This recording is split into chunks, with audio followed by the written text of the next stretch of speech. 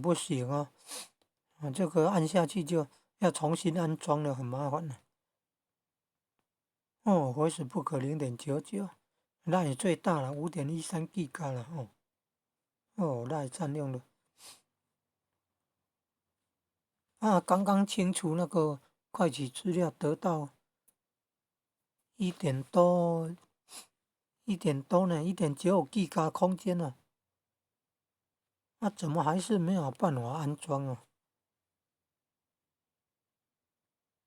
它需要532 MB，但是空间已经有1.95 G 了，怎么还没有办法安装啊？